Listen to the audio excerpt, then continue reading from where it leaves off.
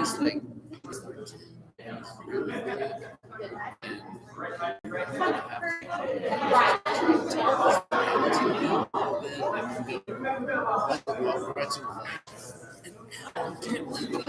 he's not putting this belt every game.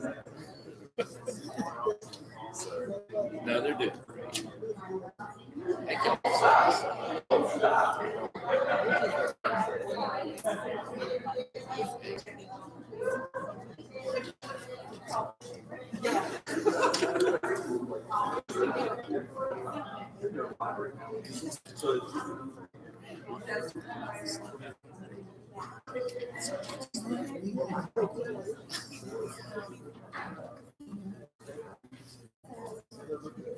So the mic is live.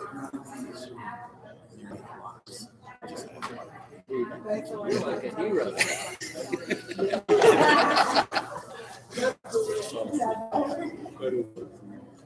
Hey, look. Read those words.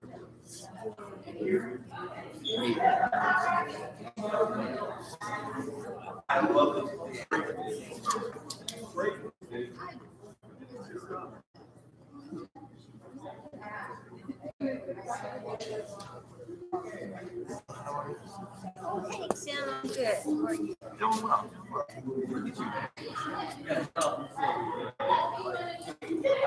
Good, good. Tim, I should sit and looking on the story. Oh, awesome! I love it. Thank you. That's great.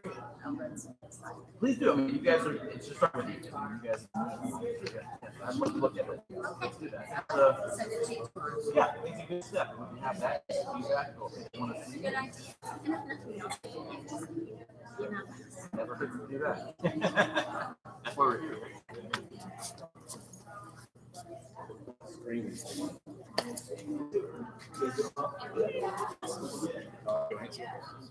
This is what it takes.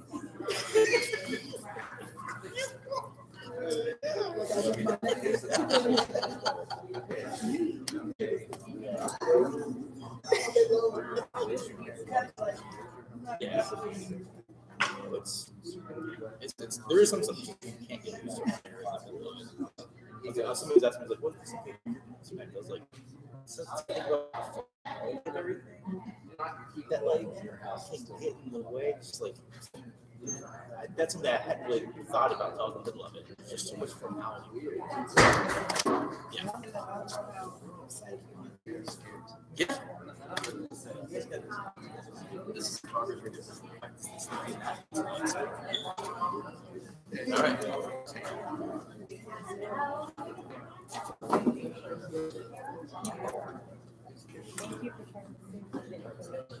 Oh, God. I don't know what's going on. But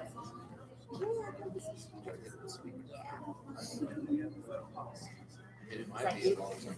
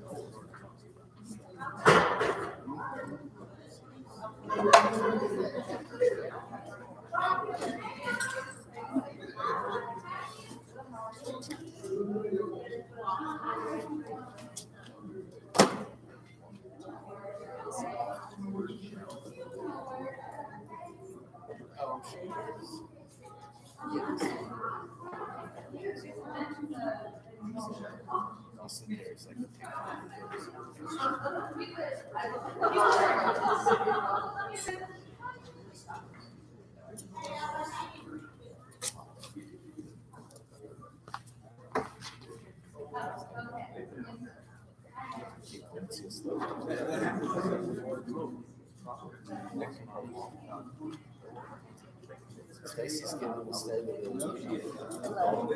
which means she's 20%. I assume. Doing pretty fantastic.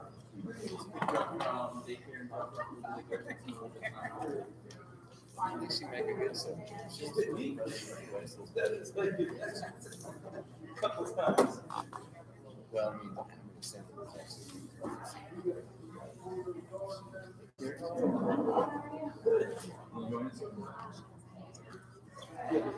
Hey, Jerry, I don't know if you should, but Jerry.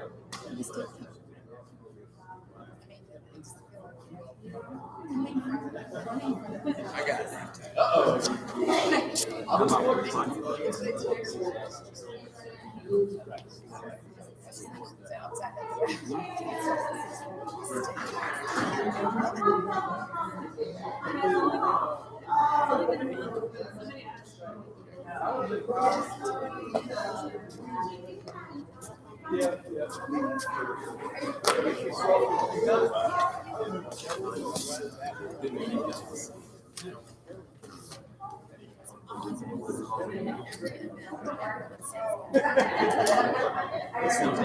Yeah. Yeah, I responded to a couple of games. I'm supposed to be going on that combination. I engage people, I'm like, you ever get the foundation builder and he hasn't go for 40. Yeah, no matter what, I can fix this the perfect way. I know, it's just one of those indicators. Well, welcome everyone. We are, it is 6:10, so we're behind times already. I wanted to get started. Want to respect your time. Make sure that everyone's out the door by 7:30. Welcome to the Park County School District Legislative Town Hall.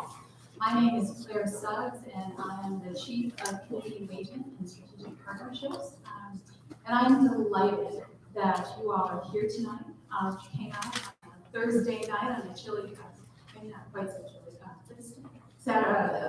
chilly Thursday night in January. I'm delighted you're here, and I'm delighted that I get to be here with you all tonight. I spent over 20 years working on the policy side of education.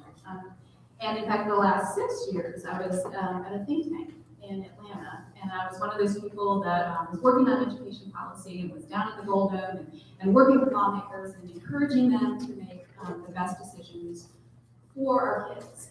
And so this night is a wonderful opportunity. I kind of feel like I'm getting to pull on that experience, but also everything that I've learned in the last 7 months. I've been with Park County Schools, this wonderful district where my kids are, for 7 months, and I can tell you it is very different when you're on the inside of a school district and you see the work that our educators are doing every day with our kids. And I kind of think back to those years working on policy down at the legislature and thinking, gosh, I really wish that some of our lawmakers were in our schools and could see how the policies that they're working on, how they actually are being lived out by our kids and by our teachers. So this is a wonderful opportunity, I think, for all of us to come together. And here at Athens, I think we have a really kind of a unique resource in all of you. We have the citizenry that is engaged and that cares and is committed to the schools. You are your own best resource, and that's wonderful. I can tell you from my own experience down at the Capitol, I've really seen how parents and educators and community members can make a difference in those conversations and in those debates. Raising awareness issues that lawmakers may really not be aware of, and explaining to them, what the implications of a particular policy are for their kids, for their school, for their community. So having you here and being informed and engaged, that matters and it makes a difference. So thank you for being here. And I think we're also incredibly lucky in the leadership that we have here in Park County. Start with our superintendent. He is keenly aware of how decisions that are made at the legislature and at the state level, how they impact students, and has been a very thoughtful advocate for policies that really support our kids. And that we have a board that doesn't want to simply be standing on the sidelines of these conversations, but wants to be engaged and to push themselves for those policies that can best support the children here in Clark County, as well as the kids across the state. we're fortunate in everyone who is here tonight and being part of this learning process and part of this experience. And so with that, I will turn it over to our board members and Mr. Greg Davis, who's a board member and also is the chair of the Government Relations Committee. And he will be leading us through the agenda. Thank you. First off, what I'm going to do is I do want to recognize a few people. First and foremost, because since we're speaking to the legislature, we have one of our representatives here, Spencer Fry, from the great district of 118. We also want to recognize a couple of our county commissioners. We have my comrade, Ovita Thornton, who is now on the county commission. And we have Tim Benson over here too, and we're very pleased to have him. Also would like to recognize again our superintendent, Demond Means. Thanks for coming. We also want to welcome some of his staff. We've got Don Myers, Associate Superintendent. We've got Dee, his Superintendent's Executive Assistant. We've got Mary Wickmeyer from the Public Relations. We got Chief Sizemore. I had to write all this stuff down, by the way, so I remember. And we got Larry Hamill, our CFO. And we've got Scarlett Dunn, who was in and out of here, as was James. She's principal of this school. And then James Parliament. And, oh, I'm sorry. And then we've got Karen Higginbotham from Early Learning. And can we give all of them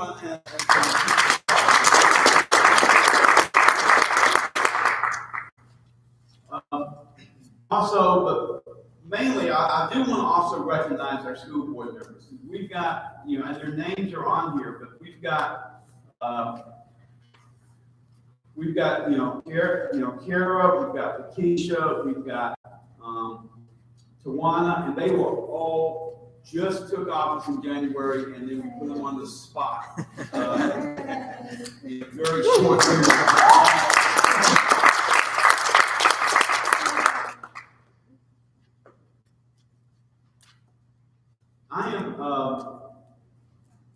This event was sponsored, at least the initiating germ of this came from the Government Relations Committee of the Clark County School Board.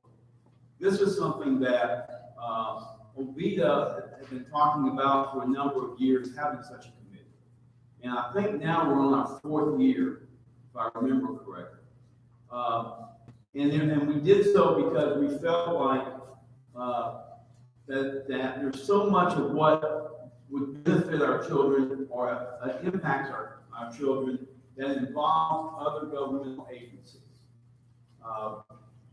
And so, we have formed this committee, and what we say within our committee organization is that we are trying to facilitate communications and opportunities for cooperation with our legislature, with our local government, and with the federal government, wherever possible, for issues that will benefit our children.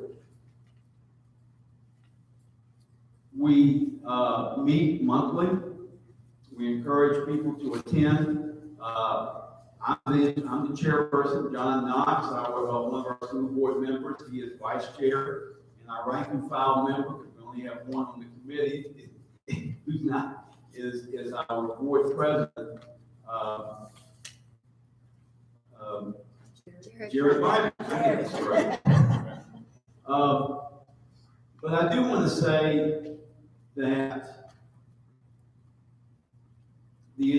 what we're here about is to push forward our legislative agenda. And this is something that came out of the Government Relations Committee, and it's our talking points. And we have met pretty consistently with our legislators who represent Clark County. We have 2 senators, and we have 3 representatives. And we met with them in December to introduce them to this legislative agenda. So Spencer is here at the second time. And then we meet with them after the legislative session.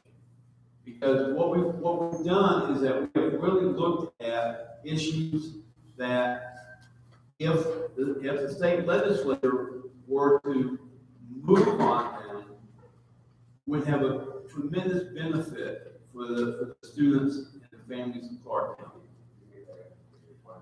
Before I introduce the rest of the program, I do want to call your attention to over there on the table. We have the agenda for this meeting.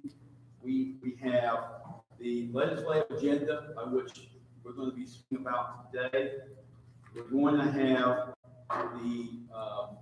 we have a contact sheet where we have the information so that you can reach out to Senator Frank Ginn,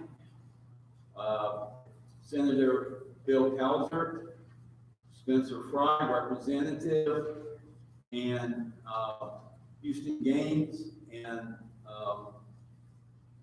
Weehauer, Representative Weehauer, all are, which were the last 2 were just elected to represent pieces of Clark County.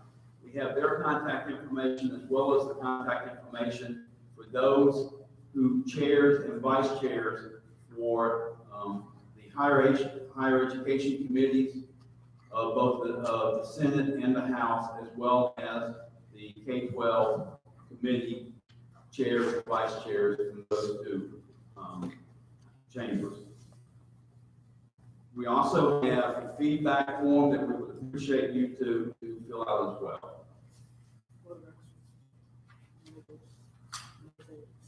Oh, I am so sorry. Where's Linda Davis? I didn't see her. Huh? Oh, I'm sorry. A few things. Okay, we have Linda Lloyd is over here. She's registering people to vote. She's from the Economic Justice Coalition, so we certainly want to, wherever we have an event, we'd like to call attention to the fact that we need people to register to vote and to vote. So what we're going to do with you've got the agenda in front of you. We're going to start off with Kara talking about the first plank of our agenda.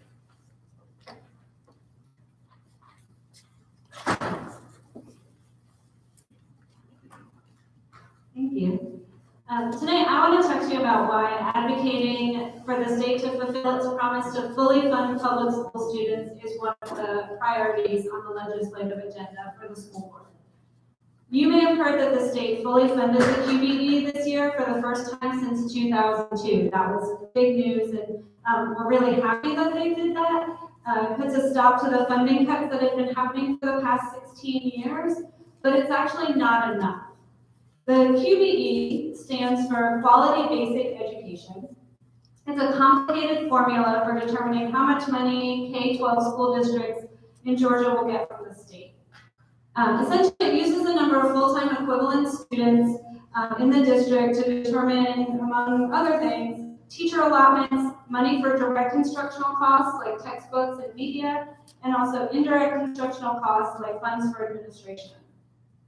The problem is that this funding formula was written in 1985, and it's based on what legislators thought we needed to educate our students in 1985. And as you know, many things have changed over the past 34 years, including our children's educational needs.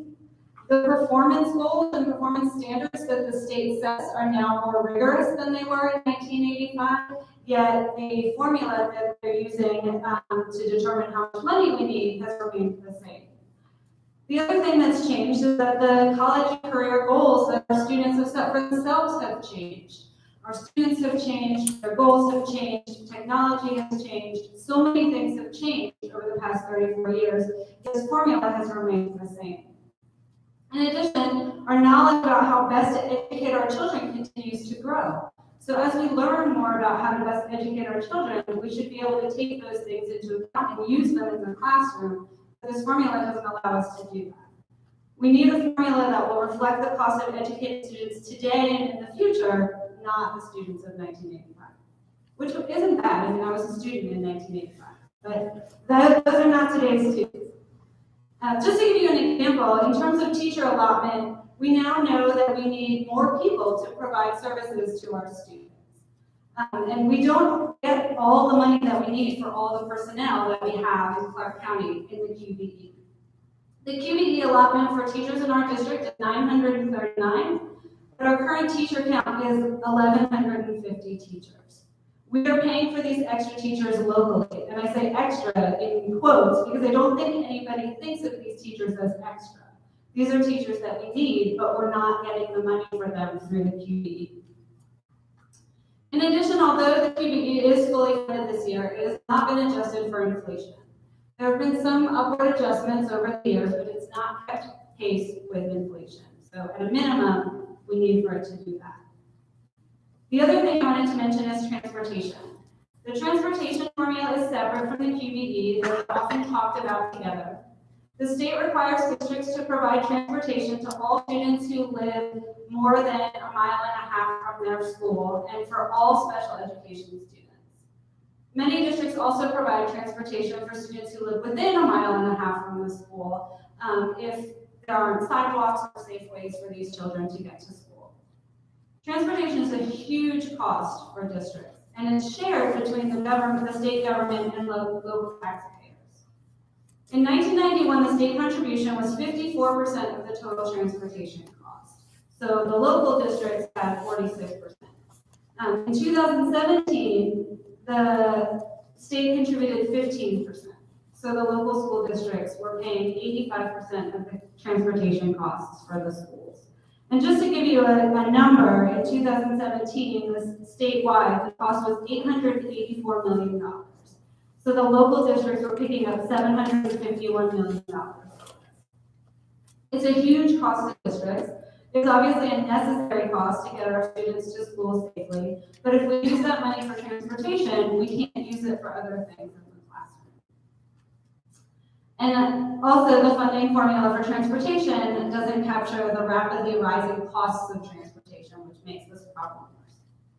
So in summary, we're very happy that the state has fully funded the QBE, but it's not enough. We need a new funding formula, a comprehensive review of this formula to make sure that we are educating today's students and the needs of today's students so that they can receive the education they need to be successful in today's workforce and tomorrow.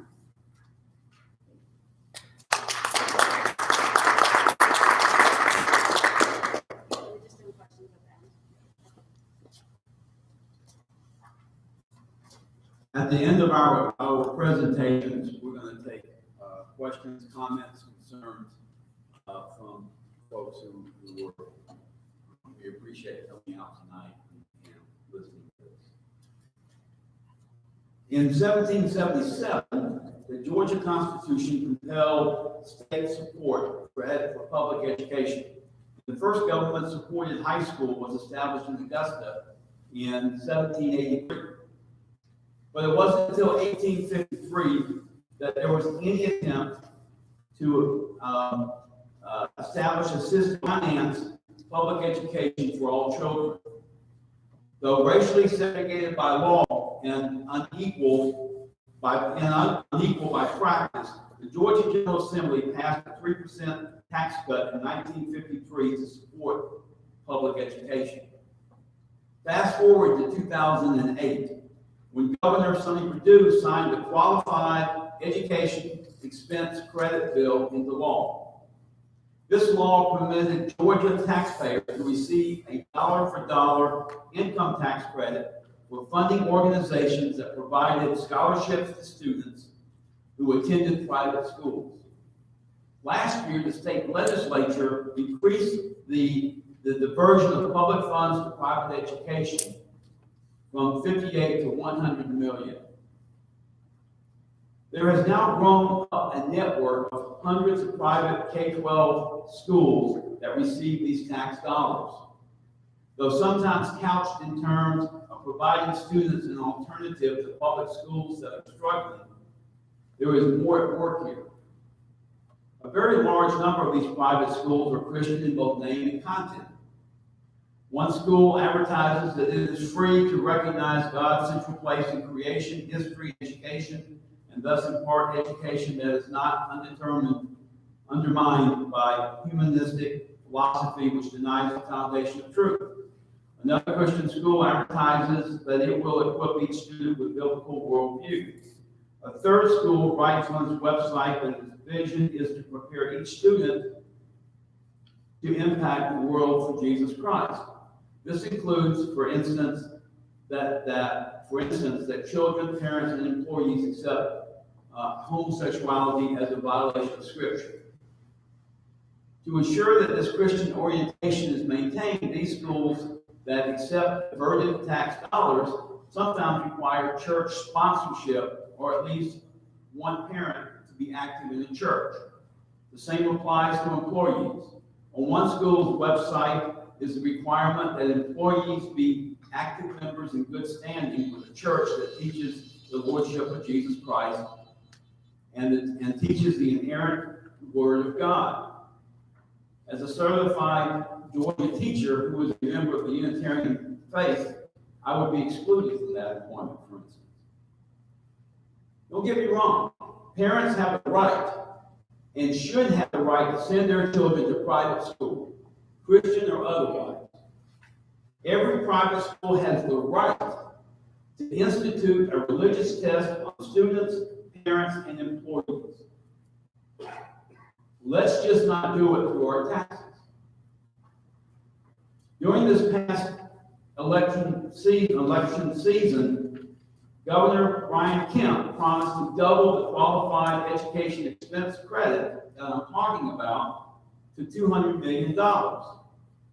Last week, the Lieutenant Governor called for an escalator clause so that the tax credit can grow yearly. And yet the question remains, how are these tax dollars accounted for? Private schools can set up their own curriculum. Public schools follow a mandated state curriculum. Private schools can pick their students. Public schools cannot. Private schools can determine the requirements of their teachers. Public schools follow state requirements as to certification. Private school students are exempted from state-mandated standardized testing or teacher evaluation requirements. Public schools are not. Again, parents have the right and should have the right to send their children to private school. But should it really be paid for out of Georgia taxes? Public money spent on private education means less money for the challenges faced by public education. Smaller class sizes, more social work and mental health services for students, expanded entitlement to keep effective teachers in the classrooms, and additional money to school districts with high levels of poverty. Every tax dollar counts, and every tax dollar should go for public, not private education.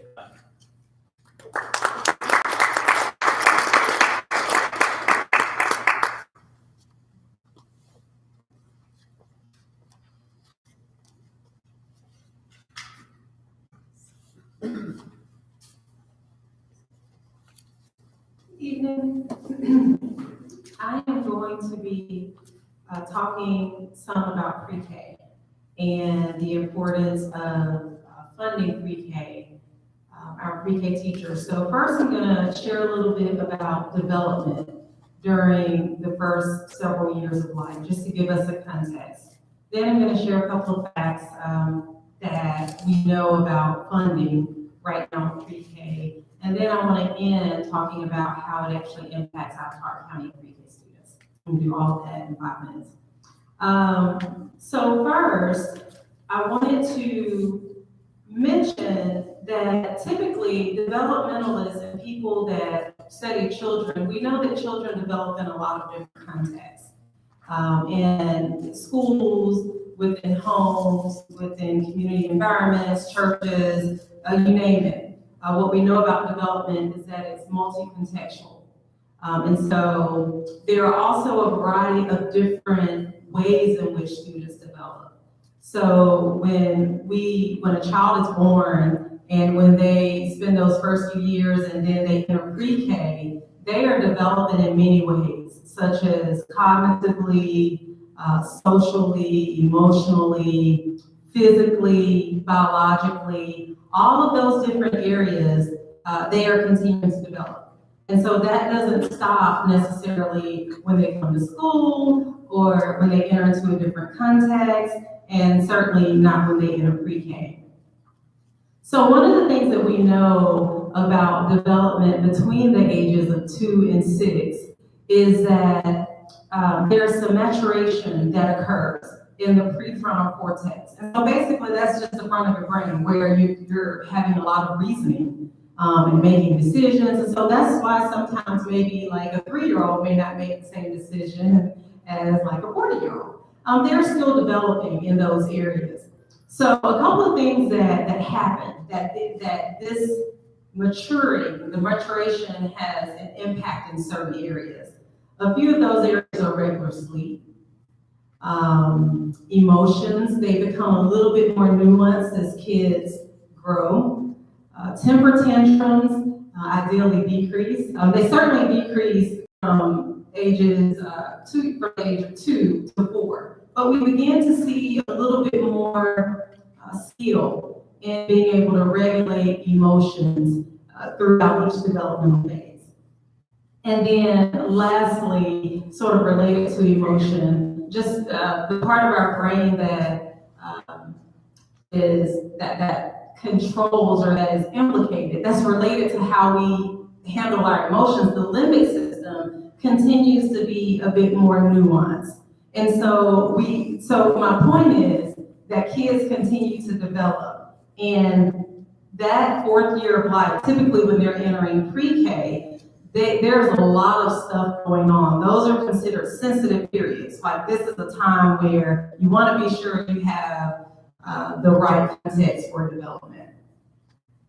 So I'm going to share a couple of additional facts about our pre-K in Georgia to give us some context. Funding for our pre-kindergarten program in Georgia has inched up less than 1%, okay, for this upcoming fiscal year.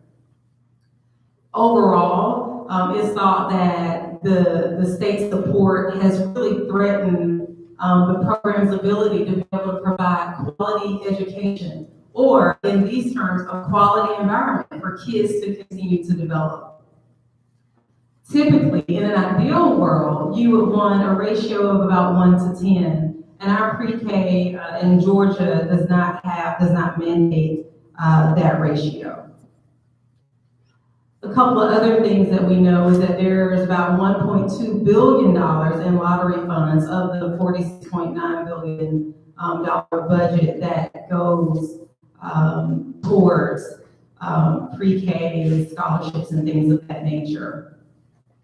So overall, funding for pre-K is down. And so what does that mean for us here?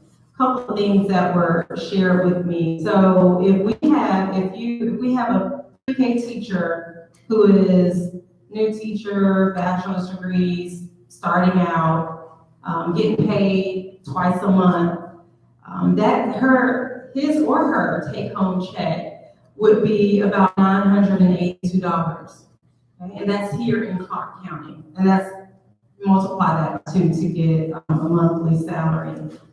If you compare that, however, to a first-year teacher from kindergarten on, the take-home salary is $1,128. So there's a discrepancy here, and from 2008 and before, Georgia made up that difference. But now we don't make up that difference. So what does that mean for us? What has been shared with us is that this has an impact, of course, financially, and you're talking about quality of life and being able to meet your basic needs. But then secondly, it also impacts our turnover rate. So Before 2008 on, when the state supplemented this discrepancy in pay, we had about a 20% turnover rate in our pre-K program. And then after that supplement was taken away, and since then, our turnover rate has been around 33%, ranging from around 33% to 50%. So what's all this mean?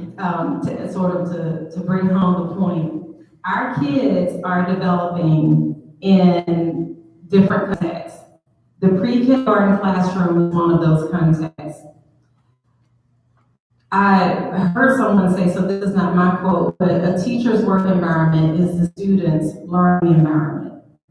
So it's very important that we continue to lobby, to advocate for the needs of our pre-K teachers. Right now, pre-K teachers sort of see this first year entering into teaching almost as like a beginning, entry-level job. And what we know is that it not only impacts them, but again, it impacts the developing students of Clark County. And what that means is that it impacts them socially, cognitively, and emotionally. So, the more we advocate for the conditions for our pre-K teachers, the more likely we are to impact the development of our students.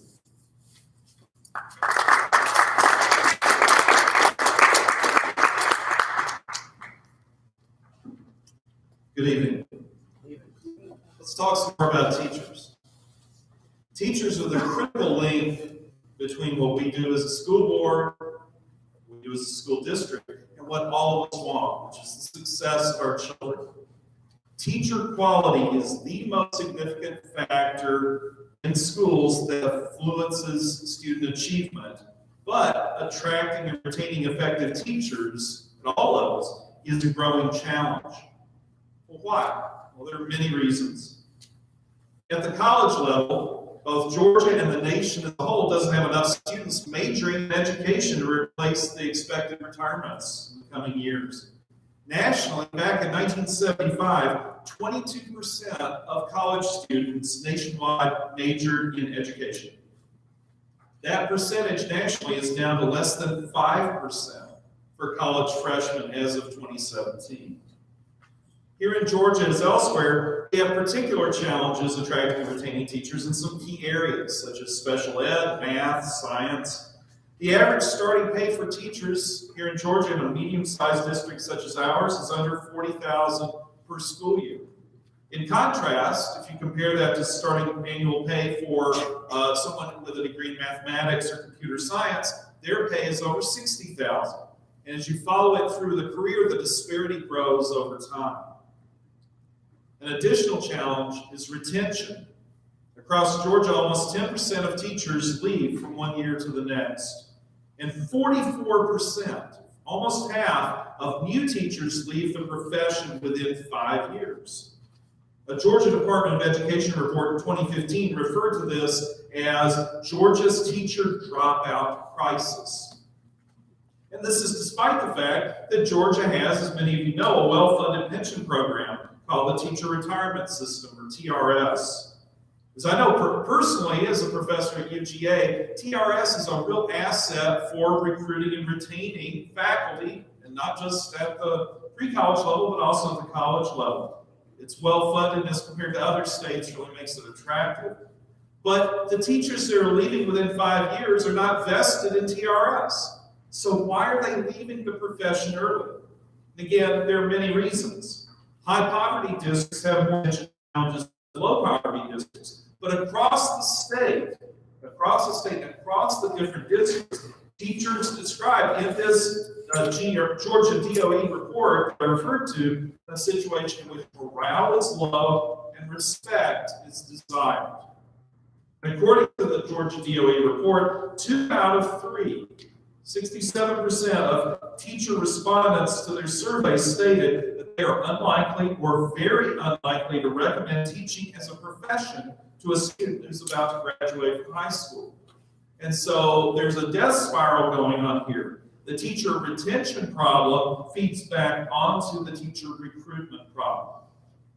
And so there's clearly much work to be done by lots of people to improve the situation for teachers in the state of Georgia.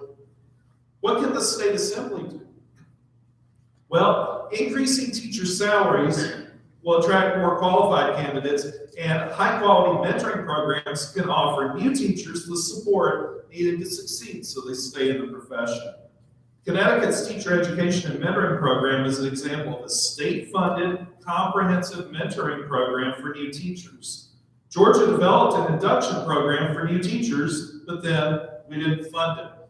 Therefore, the Clark County Board of Education encourages the Georgia General Assembly to increase teacher salaries, maintain the current structure of TRS, provide loan forgiveness for those who teach in high-needs schools or subject areas, and ensure beginning teachers have effective mentoring and support. Thank you.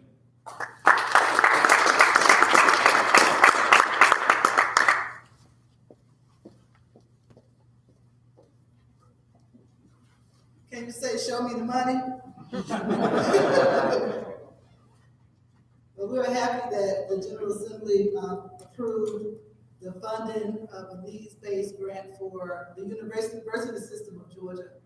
However, it is just as important that need-based grants are placed in our technical colleges across Georgia. One thing has to do with equity. When we look at some of the data, and we think about merit-based scholarships versus need-based, and I'll just let you know the difference. Merit-based means that there is some type of criteria that has been set. We have the Hope Scholarship, and we also have the Zell Miller Scholarship. And so there are specific criteria that are set for students to actually have access to those awards. And many times, students of color, students who are in poverty, they are not getting those scholarships because the GPA averages are very high.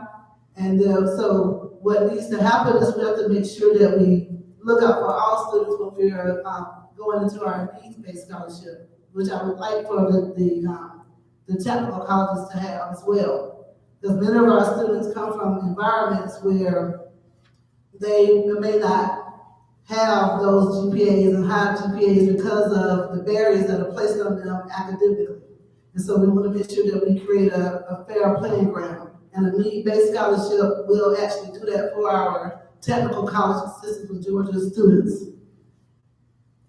Only 30% of low-income students in the university system get either the Hope or the Zell Miller Scholarship, compared to 42% of middle and upper income students. As a result, low-income students are underrepresented as scholarship recipients in the university system. I didn't find much information about the technical college system, but I can imagine those numbers are higher. Also, many times our students in our technical colleges, they have to resort to getting student loans, which if they're already in a poverty situation, this adds to their lifestyle, their quality of life, or lack of quality of life, because they're having to get a lot of loans to pay back. Because many of the technical colleges do not offer student loans, so they would need to go out and get other loans from other places that may have higher interest rates, so they would not be able to get one. There's one in the state of Georgia that's an access loan, but it's not given to everyone. It's a selected process. So we want to make sure that students are able to finish school, and that's a big part of being able to have a need-based grant in the technical college system. Because many of the students that I'm coming from, working in a technical college for years as a professor and as an advisor, what hurt me the most when students may have 1 or 2 classes left, but yet they've utilized all of their financial aid. And so that means that they either stop out, and then I might not see them for 3 or 4 quarters, or they may drop out altogether and not complete. So it's very important to have the need-based grants so that students, not only that they come and enroll in colleges, but also that they graduate from colleges. And by having a need-based grant, it's not only supporting that student, but being in a state where we do not have enough employees for the industries that we would like to come in, and also when it comes to competition for us to get new industries in our areas.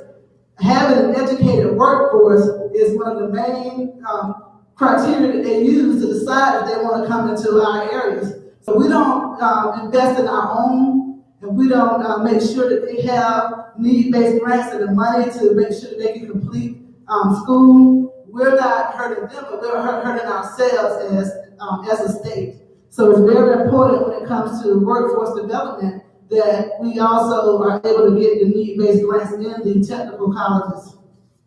A few years ago, President Obama, he invested in the technical colleges with the Complete Georgia, and then, I'm talking about Complete College. And then Governor Deal, he started the Complete Georgia, which, we did get a lot of some funding, but it's not enough. Because many of our students, they do not qualify for Pell grants, the federal level grants, so they're relying on the HOPE grants.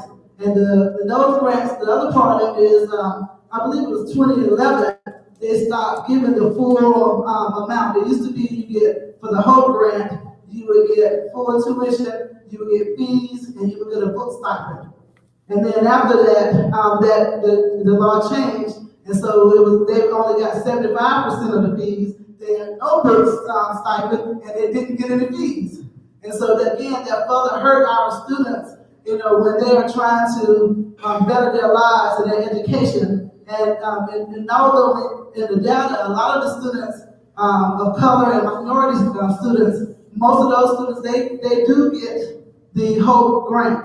And the difference between the scholarship and the grant is, the scholarship is for students who are attaining an associate's degree or a bachelor's degree, versus the grants are for students who are attaining a technical college, a diploma, a certificate, or a diploma program. So most of the students, and going back to that equity, I would like to see that across the board that more students are able of color, and more students who are low income are able to actually get the HOPE scholarship and the Zell Miller scholarship, just as much as they do for the actual grants. So in a nutshell, it's pretty simple. We need the money. We need the money for people across the state so that they are able to graduate, are able to get a trade or an education so that they can make a difference, not for just the state itself, but also for their families and also to have a better life for their families. Thank you.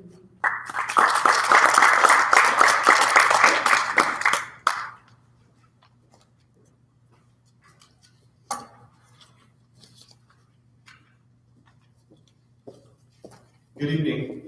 It's my pleasure to be here with you today, and as number 7 of 7, I want to make sure that I extend my appreciation to all the work that Craig, Vita, and this committee have put into making this happen. This is the first event of its kind, and will not be the last, and you will not stop hearing the school board's voice about the way we think education should go in the state.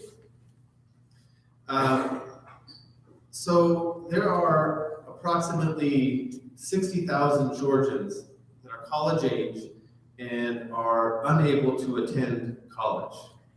They're unable to receive federal financial aid like Pell Grants and loans. They're ineligible to receive state aid like HOPE scholarships.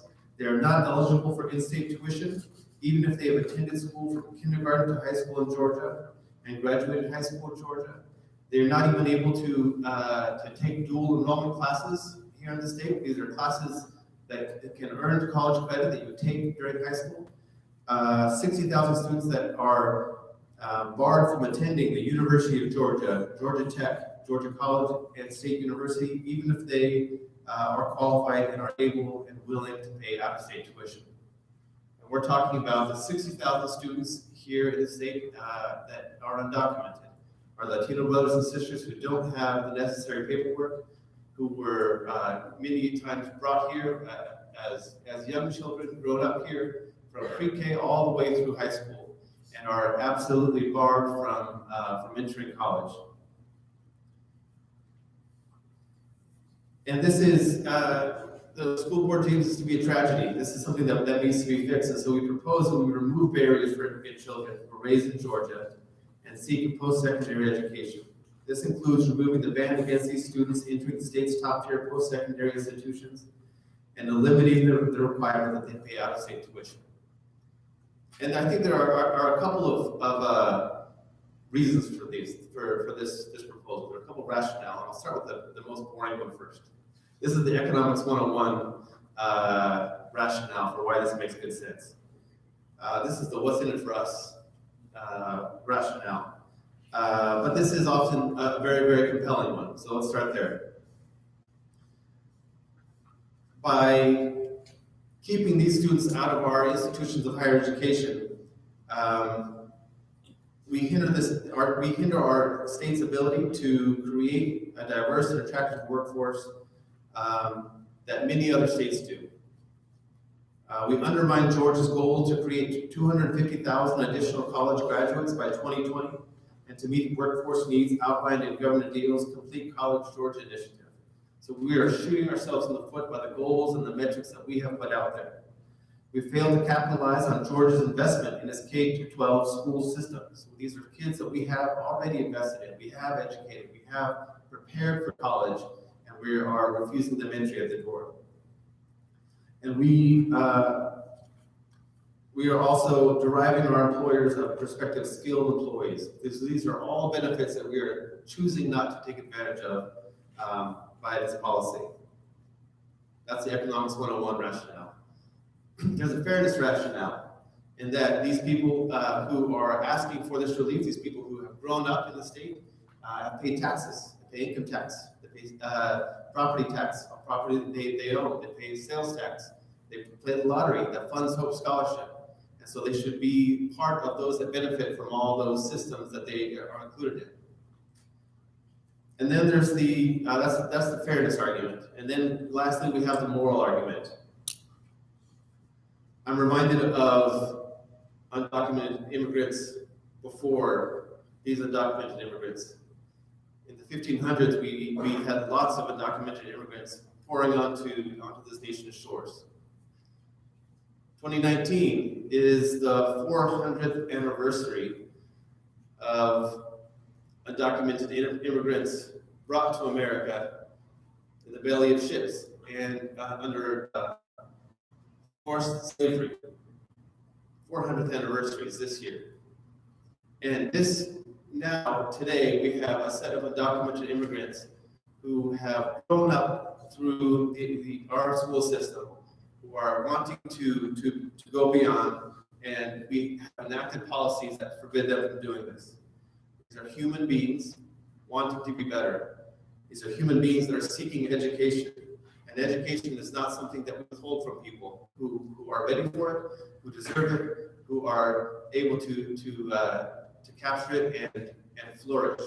We should be the instruments as government in letting people flourish, giving them the tools to flourish. And this is, we are one of only 3 states that does this in our whole country. And it is old, it is tired, it is draconian, and it needs to change. Thank you.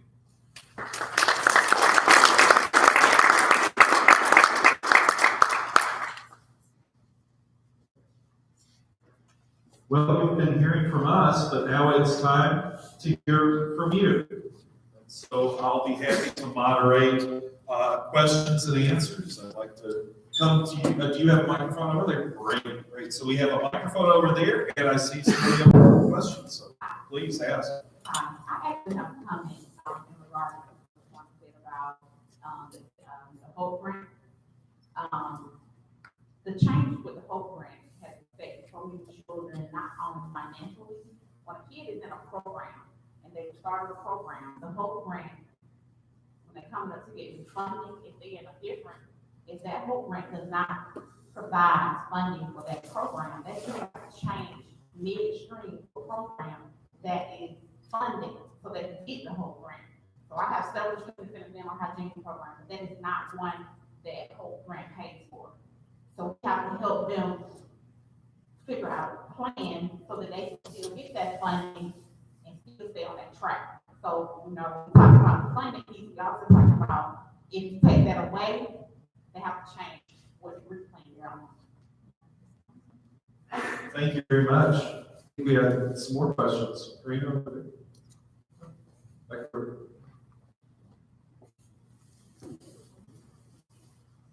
So my question is for Greg. So how would eliminating the private school voucher programs prevent families in failing school districts from receiving alternative education? Thank you for the question. I also got to ask that on your radio, on Education Matters, Rick Dunn's program on Saturday. I think for me, it's a case of we cannot give public education an out. In other words, we have a public education system, and we have to be able to make it the kind of public education that we want. When you start talking about, well, let's take certain circumstances where we're going to allow some kids to leave the public school system with public dollars now. I mean, we certainly do respect parents who decide to homeschool or decide to send their kids to private school. But when we start financing private education, the first question is, where do you stop? Okay, so we started with, let's say, 58 million. Well, then the politicians said, well, let's do it 100 million. Okay, they did that last legislative season. Well, now they're talking about 200 million. Well, what about 400 million? What about $1 billion? I mean, you're on a very slippery slope here. And again, we have, it's almost like the idea of we pay for public roads, and so, but if the public roads don't meet our standards, then we build our own roads. If I said that, you say, well, that's crazy. And again, I want to point out that, I would say, those quotes that I used in terms of the requirements to take advantage of those dollars in certain schools, that's just not just a few schools.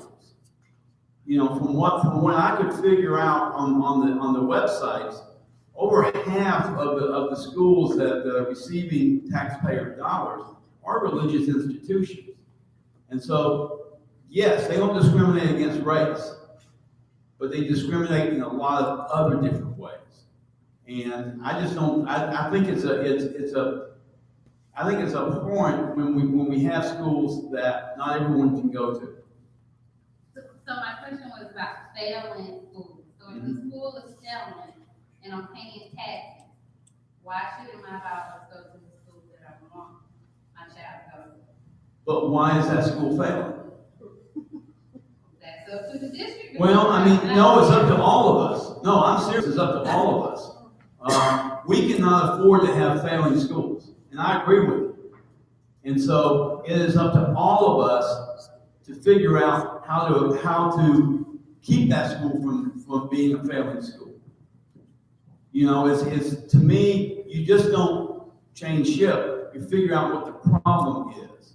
It's like having a house that needs repair. You say, well, I'm just going to walk away and I'm going to live in another house. Well, fix the house that you got. And so, I can understand their other points of view, and I can imagine that there are parents who are very passionate about that. There are parents out there where I first taught that were very passionate about Edmund Burke Academy in Burke County, which was established because of segregation. They said, this is what's best for my child. That's their right to do that. There are folks out there that say, I want my child to have a religious education. I can appreciate that. I can get that. But the point is, do they use taxpayer money to do it? And I think as a Board of Education, it doesn't surprise you for us to say we don't support it.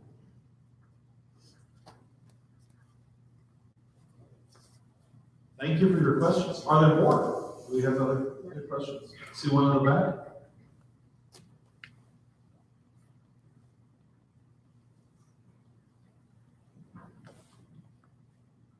I wondered in terms of strategy, since our legislative delegation has been moved to bring forward any kind of proposals from the local county commission, are y'all working with like the Superintendent's Association or the School Boards Association or other school boards with a similar demographic to push these goals?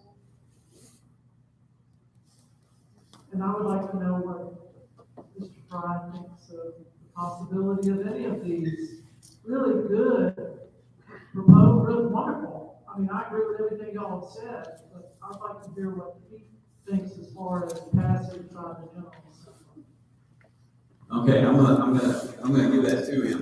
But let me, in terms of, I mean, one thing that we have tried as a committee, and it has been kind of frustrating, is that, you know, we have tried to like work with boards of education from the surrounding counties, and it's been a challenge. I mean, there was one gentleman from Oglethorpe Board of Education who has sometimes come to our meetings, and we so very much appreciate him. We have had an Oconee School Board member come, but he was president of the the Georgia School Board Association. He came as our speaker, and so he did come. I think that, you know, school boards are not. I think that the Georgia School Board Association wants to make us more of an advocate, and I think that, you know, the fact that we are one of the few school boards that have a government relations committee, and, you know, I think that I would like to think that will change over time. And so if you live in another county, or if you're involved with another county, and you know a school board member, please give them my contact information, because I would love the opportunity to talk to them about what we're doing here. Okay, Spencer, it's all yours. Thank you. Yeah, these are great suggestions. You know, as far as in the legislature, and you are absolutely aware that it's going to be very difficult to get a group of Republicans to really seriously focus on public education when they have spent the past 15 years in the state dismantling the financing and dismantling, I guess, delving into the curriculum that the teachers are trying to teach. And, you know, I think I joked last year I was sitting in front of a group of teachers, and I said, well, you should feel really safe because we're not in session. And so that means we can't tell you what to do. And teaching is the only profession where the legislature really feels like they know more than the teachers. I'm a licensed contractor. Nobody tells me what to do on my day-to-day job, but the legislature seems to do that. These are great suggestions, and this is a battle. We have a lieutenant governor that was just elected, and he is an extremely large advocate of school choice and the school voucher programs, and he's going to be pushing that any way he can. Like Greg said, when we did 58 million for a private school tax credit, and they upped it again to 100, and they want to do more. And I think it's a major issue. And did you make up that road analogy, or did you hear that from me? Because that's the one I use all the time. I agree. I mean, if you have a road and it needs to be fixed, let's fix the road. You don't build another road right next to it. I think that's extremely important. As far as what we could actually get accomplished, I think that in my mind, you know, you're talking about you have 236 individuals up there with a lot of different influences. The state is run by Republicans. At this time, the state is run by Republicans. They have majority in the House, majority in the Senate, and they have the governorship, they have the speaker position, they have the lieutenant governor position. And so until we can change that, we're not going to really see any major headway into the things that we feel are important in the public education sphere. I think that the number one thing that I feel most confident about, if I can feel confident about anything on this list, aside from teacher pay, which was promised in the campaign, it may not cover every single teacher that we have in Athens Clarke County, but that a $3,000 raise has been placed in the budget. And I think that's going to be supported across the board.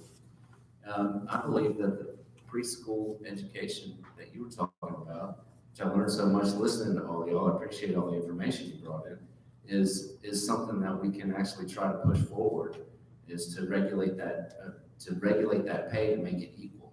There shouldn't be a difference between the pre-K and the kindergarten teachers, so we can get teachers that actually focus on pre-K as a career and not an entry-level position. So we can work on that. I think that's the one that makes the most sense. It's more of a low-hanging fruit, I feel. And it's based on a lot of science, which I think is important to be able to argue. I'm not on the education committee, but education is extremely important to me. I have 2 kids, and I'm one of the only legislators, I believe, with kids in public school. And that's really important to realize as well. You have a bunch of folks that don't have anything to do with your public school systems making rules about your public school systems. They don't walk into these schools, they don't have experiences with them, and it's a major difficulty. So register to vote. If everybody in this room is registered to vote, Linda, would you raise your hand? Raise your hand, please. Linda?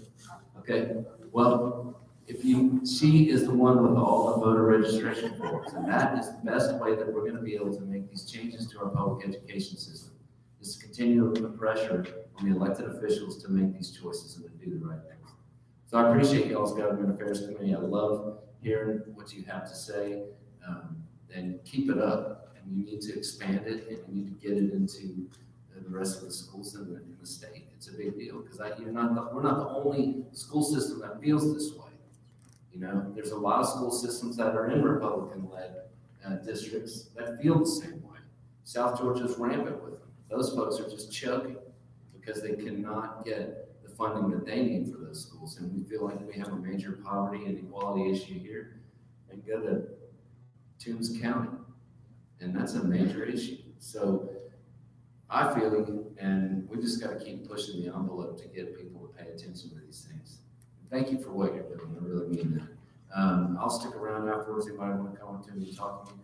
We'll drop some bills. If you want us to drop some of this legislation, we can, and to start the conversation. And I was just making notes on my phone about what we could do. And we can write any bill that we need to write to make statements and come out with an education slate. We can do that this session. It's moving slow. Nobody knows what they're doing yet because they just got elected. And we're on day 7. And it's February, right? So I think we can push this stuff forward, at least to start some conversations. Thank you. I think we have a question over here. A question around retention. Based upon what we heard this evening, teachers retire. Retire from the school system. Probably won't have teachers in the next 5 years can retire from the school system. What are these at the capital going to do about to retain teachers or retain teachers in school education to teach our children? So the question is about teacher retention and school what education warrants they're empty. They're 5% of teachers. right. So we have multiple problems. We don't have as many students going into education. Folks retire. And at the same time, we have people that are retiring or leaving the profession very early. And so the question is, what would the state assembly do? Yeah. Well, our proposal, our legislative agenda was multi-pronged, because one thing is to lift teacher salaries, which we've got the splashy proposal for that was 5,000 down to 3,000. That doesn't affect the overall pay scale. That's as far as long term. That's not a huge boost. It gets a lot of attention. I'm looking at Claire because she knows more than I do about this.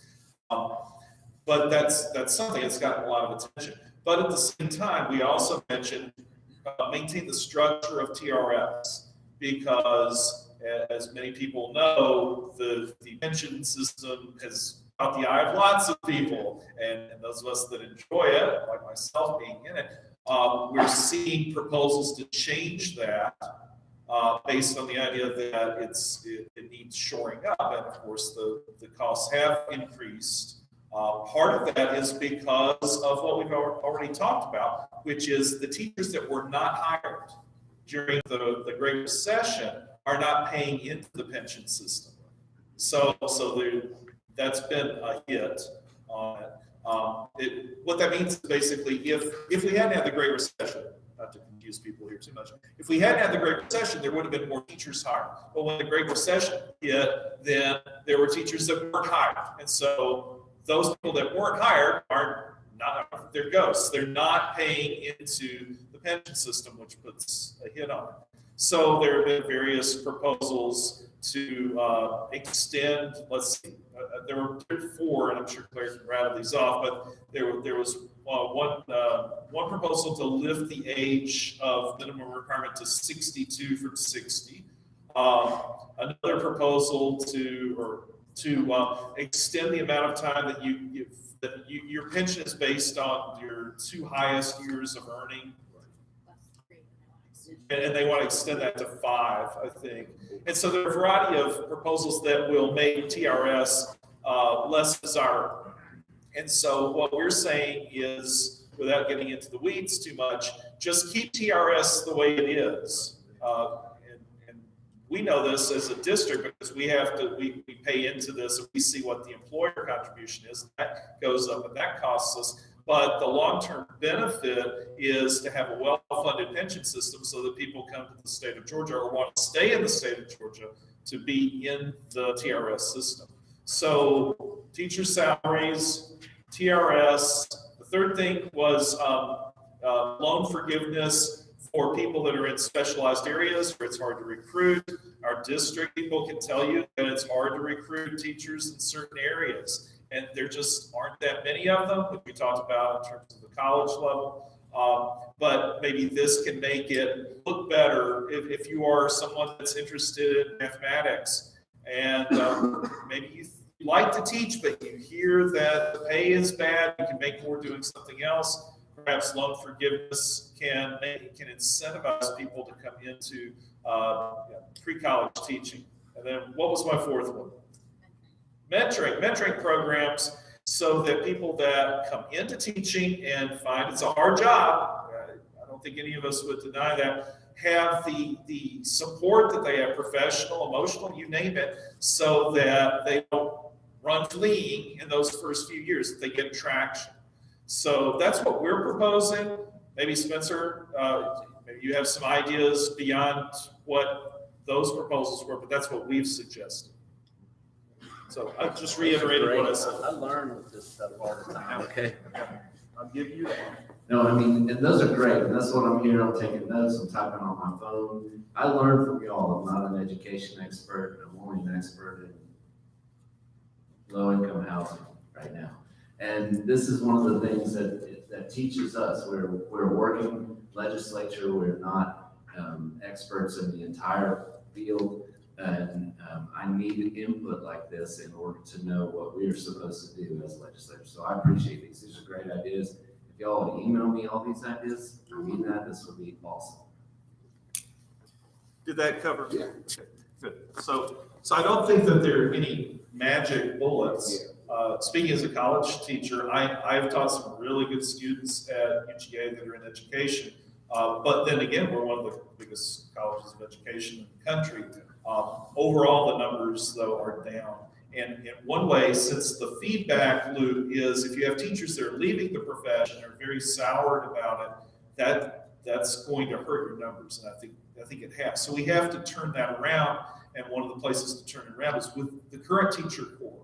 We have to make them happy so that their students will also want to be teachers. I think there's no shortage back in the good old days, especially, of people that went into teaching because they had an inspirational teacher. They wanted to be like them.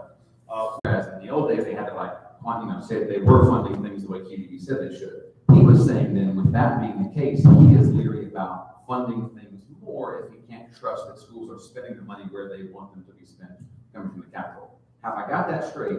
And as a Board of Education, where do you fall on preferring the latitude to spend the money the way you want to, or get money from the state that is specifically going to go for the buses? You can't spend on anything else but buses. Who wants to take that one? I think we're all looking at Greg. No, I think back in the back. Yep, we're throwing this one to the superintendent. And I was conferring with our CFO. That's a very interesting perspective on, I think that legislation is trying to describe Fund 150. Fund 150 is an opportunity where we can take our Title I dollars and co-mingle it with our general fund dollars, and then you're not, you don't have to segregate what you're spending your title for.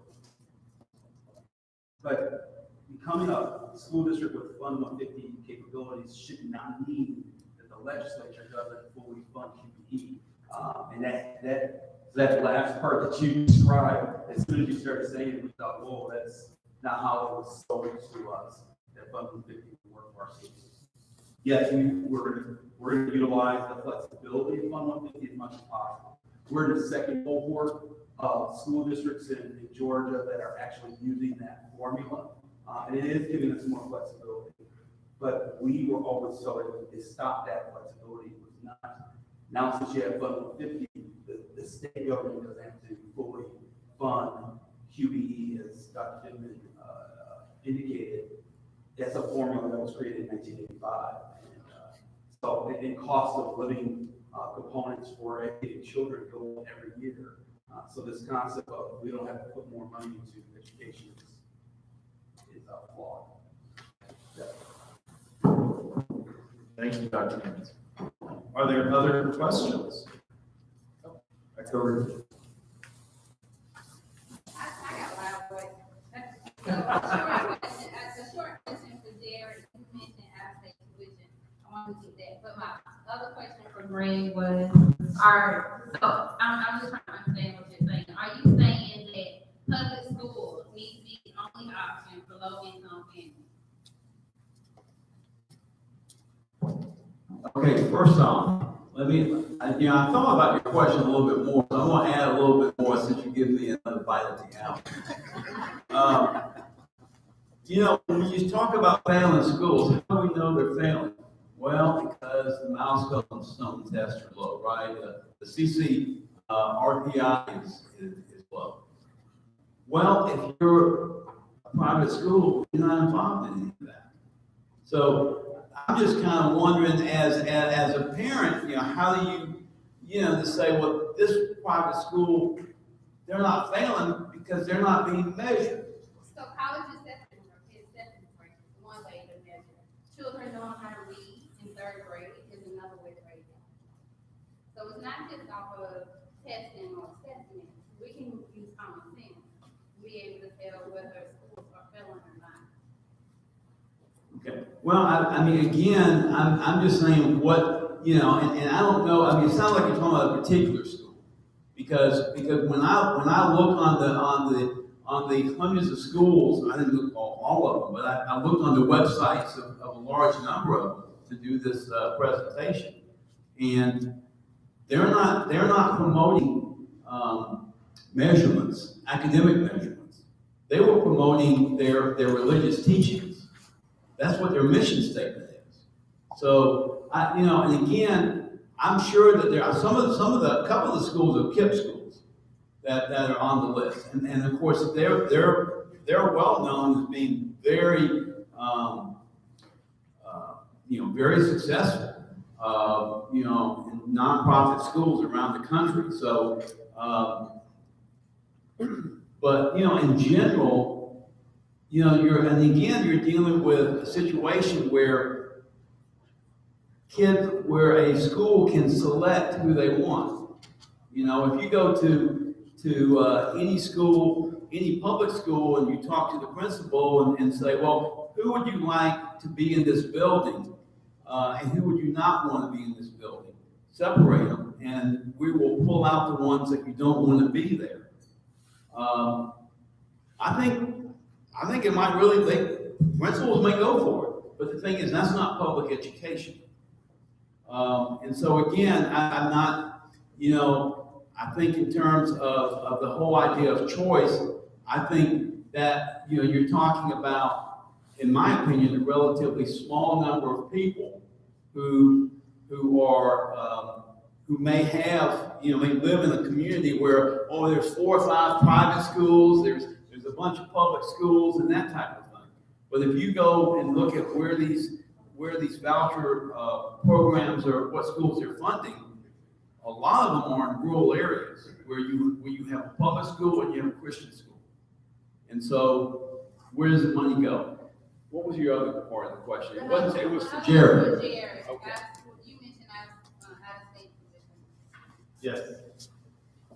So undocumented students are barred from our top tier institutions entirely. And then other institutions that if they apply for and get acceptance to, they have to pay out-of-state tuition as opposed to in-state tuition, which everyone else who grows up here pays in-state tuition. So that's that big difference. So even if they are able to go, you have to pay significantly more money to be able to do that.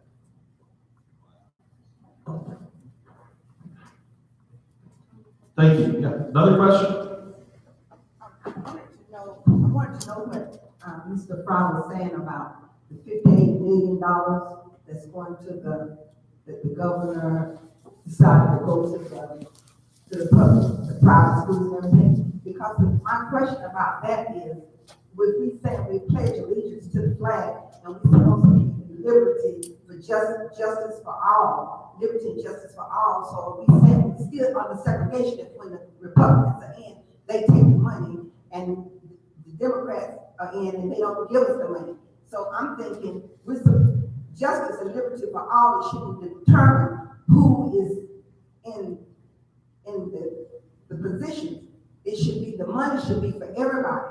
The money should be for the private schools and for the public schools. The public schools should not have to suffer just because somebody else has it. Why can't we just make sure the teachers that are not teaching the children be removed? Put somebody there qualified. That would stop the failing schools. Well, so your question was about the $58 million that was approved by the legislature last year to, it's a tax credit that individuals are able to designate towards specific schools. So just pretend you might owe, I think it might be $2,000 per individual tax return, where if you may owe this money to the state, that you can direct that money towards a specific school of your choice. Now, at the beginning, it was at 58 million, it was approved to 100 million, and it is not a program that is very well monitored. You don't know exactly how that money is being spent. They say it's for student scholarships, but we're not able to know exactly how many. We're not exactly able to know what the income level of those scholarship recipients is. We're not exactly able to, like you were saying, to understand the outcomes of the education that scholarship pays for. Because, Why you didn't do the law? well, that's, again, easier said than done. Well, that's your job. Yes, ma'am, but there's one of 256, 36 of us up there. And they're controlled, like I said, by the people who feel like that these are the right decisions. And it's obvious that we don't. So, as far as the school choice and the money laws, that's something that we gotta watch out for. Because, and my biggest argument against that is, besides a separate school system, is the hard costs remain the same in this building. Whether we have 50 people in this room or whether we have 200 people in this room, the chairs cost the same, the electricity costs the same, the transportation to get here costs the same, and if the money follows the kid, you can cut your budgets in half for a classroom full of kids just because you let the money follow the kid to a different school. And a lot of that is going to be race-based decisions, and that's not what we're here for. And so you want to talk about equality, that's fine. You want to go to a private school, then pay your private money to go to that private school. But our public money needs to be kept for our public schools. So, thank you. Hey, y'all gotta go to dinner. I want to go to dinner. The kids are waiting for me. So I said I was going to stay. Y'all can find me on the internet, spencer@gmail.com. So hit me up if you have any more questions for me. I'll be happy to talk to you. But I'm getting in trouble. I didn't even have this on my calendar. So thank y'all for being here and doing what you do.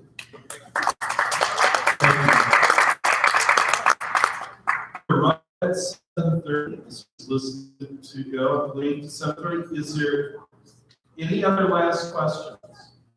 Oh, I think Alita wants to say something.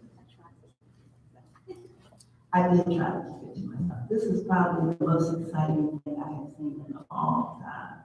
And many of you do not know, people think people become board members or commissioners, folks think you know everything about it. I know each one of you had to do some research and some studying for that presentation that you made. I think we should give y'all guys a hand. This is awesome. I think it was Murray in the back, I don't know, was talking about where we go from here. Greg is right, we have reached out to other counties, but this is a good piece for our district. All of Georgia has district boards, and there's 9 or 10 in each district. I think this is something we should reach out and take it to our district here as a good start. And definitely, GSBA should be aware. I hope this is live streaming and Valley will see it and know that this needs to probably be at the summer conference. Y'all are awesome. Y'all did a great job, and I hope you take this information. The sheet that you signed, this feedback form, I think it's really important that people check off because there's going to be times that the board is going to need for people to call their legislator. There's going to be times when they want to actually email, and they shouldn't be trying to find folks at the last minute. We should have a database of people that are already. We know that the community can't keep up with everything, but the call goes out. You can send that email, send that text, and that call. So again, I think this was awesome. Thank you, Alita.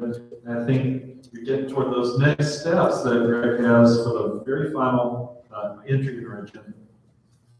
Thank you, and like I said, we really appreciate people coming tonight, and we appreciate the Dr. Beans' team being here as well. But we especially like, of course, the fellow school board members. We've been meeting a lot. I cannot tell you, this is our 4th gathering in a week. And so we spend more time with each other than we do our families. So anyway, I do appreciate them coming as well. A couple of follow-ups. One thing that Dr. Beans and I were talking, and also Claire earlier today, is the possibility of having on our website, on the Clark County School District website, having a page for legislative, well, actually for the Government Relations Committee, that would be able to make available to the public certain things that are taking place within the state legislature. And we don't want to inundate the public with just a whole bunch of stuff, but there are a few things that will come up invariably this session that is important for the community to know. And so we ask you to please look for that. As Rita was saying, filling out the feedback form would be very helpful for us. And we're not exactly sure, we don't know how to, we don't even know right now what we're going to communicate, to be honest with you. But, to people who share their emails with us. But we just felt like that we need to build a movement around public education in Clark County. And we've got so many positive attributes for this county. We got a lot of nonprofits, we got a lot of Books for Keeps, all kinds of organizations, Georgia Conflict Center, all kinds of organizations working with our children, working with our youth, working with our families. But we really need the community to advocate. And that to me is the missing piece, is the advocacy part of, for our kids. Teachers will advocate for their individual students. Principals will go to Dr. Beans and advocate for their schools. But we need the public, and that's why, and it starts with the school board. So that's why we were here tonight, so that we're not just turning it over to people like Claire is way more knowledgeable than any of us are. But you don't need a lecture. You need school board members who you elect to stay out front and say, we want you to help us support our kids. And so that's why we're here tonight. We really appreciate you being here for the same reason. Thank you.